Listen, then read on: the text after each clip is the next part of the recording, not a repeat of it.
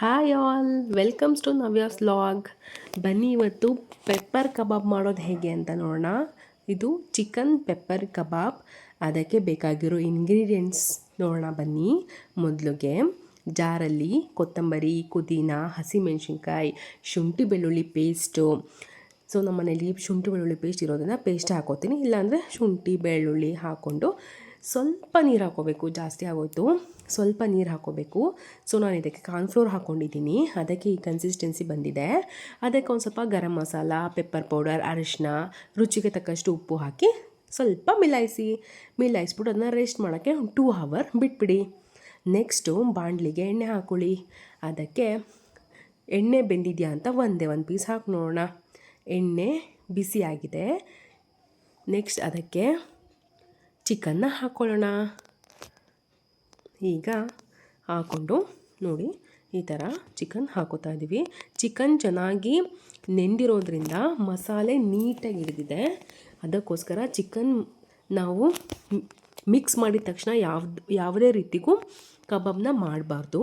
ಅದಕ್ಕೆ ನಾವು ಮ್ಯಾರಿನೇಟ್ ಮಾಡಲಿಕ್ಕೆ ಬಿಡಬೇಕು. ನಾನು 2 hour ಮ್ಯಾರಿನೇಟ್ ಮಾಡೋಕ್ಕೆ ಬಿಟ್ಟಿದ್ದೆ. ನೋಡಿ, 2 hour ಮ್ಯಾರಿನೇಟ್ ಆಗಿರೋದಕ್ಕೆ ಮಸಾಲೆ ಎಷ್ಟು ನೀಟಾಗಿ ಹಿಡಿದಿದೆ, ಮತ್ತು ಅದು ಎಣ್ಣೆಲಿ ಬಿಟ್ಕೊತಾ ಇಲ್ಲ. ನೋಡಿ, ಚಿಕನ್ಗೆ ನೀಟಾಗಿ ಅಂಟಿದೆ. ಸೊ ಇಷ್ಟು ಈಸಿಯಾಗಿ ನಾವು ಪೆಪ್ಪರ್ ಕಬಾಬ್ ಮಾಡ್ಕೊಬೋದು, ಗ್ರೀನ್ ಪೆಪ್ಪರ್ ಕಬಾಬ್ ಮಾಡ್ಕೊಬೋದು.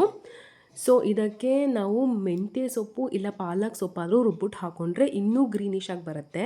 ಸೊ ನಾನು ಅದು ಯಾವುದೂ ಹಾಕಿಲ್ಲ, ಓನ್ಲಿ ಕೊತ್ತಂಬರಿ, ಪುದೀನ, ಹಸಿಮೆಣ್ಸಿನ್ಕಾಯಿ ಮಾತ್ರನೇ ಮಸಾಲೆಗೆ ಹಾಕ್ಕೊಂಡಿದ್ದೀನಿ.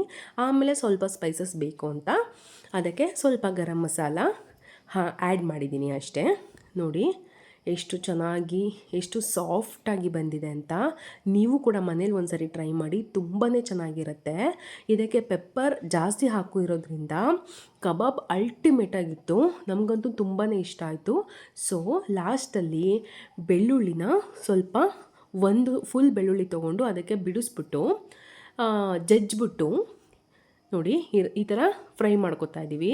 ಸೊ ಇದನ್ನು ಕಬಾಬ್ ಮೇಲೆ ಹಾಕ್ಕೊಂಡು ಈ ಬೆಳ್ಳುಳ್ಳಿ ಫ್ಲೇವರಿಂದ ಕಬಾಬ್ ಇನ್ನಷ್ಟು ರುಚಿಯಾಗಿರುತ್ತೆ. ನೀವು ಸಹ ಒಂದ್ಸರಿ ಮನೇಲಿ ಟ್ರೈ ಮಾಡಿ ನೋಡಿ, ನಿಮಗೂ ಕೂಡ ತುಂಬ ಇಷ್ಟ ಆಗುತ್ತೆ. ನೋಡಿ, ಇದರಲ್ಲಿ ಲಾಸ್ಟಲ್ಲಿ 2 ಲೆಗ್ ಪೀಸ್ ಇತ್ತು. ಸೊ ಆ ಲೆಗ್ ಪೀಸ್ನ ನಾನು ಬೇಯಿಸ್ಕೊತಾ ಇದ್ದೀನಿ. ಚೆನ್ನಾಗಿ ಫ್ರೈ ಮಾಡ್ಕೊತಾ ಇದ್ದೀವಿ.